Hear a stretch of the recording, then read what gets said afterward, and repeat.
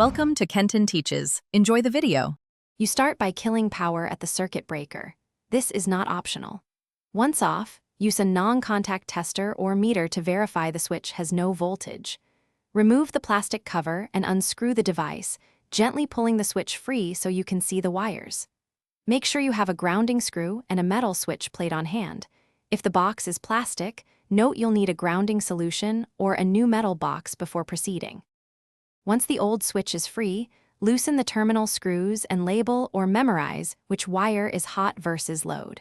Remove the wires by straightening short bends and pulling them out carefully. Attach the switch's grounding pigtail to the metal box or to the box ground screw. This ensures the metal faceplate won't become live. Then wrap or insert the hot and load wires into the correct terminals on the metal switch and tighten the screws. After wiring, tuck the wires neatly into the box and seat the metal switch so the mounting screws align.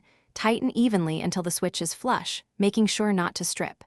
Install the metal faceplate, and if the box or wiring requires, add an insulating spacer behind the plate. Restore power at the breaker and test the switch. Flick it several times while observing for any heat, buzzing, or visible arcing. If you see issues, shut power off and recheck ground and terminal tightness. One solid ground fix usually resolves common faults.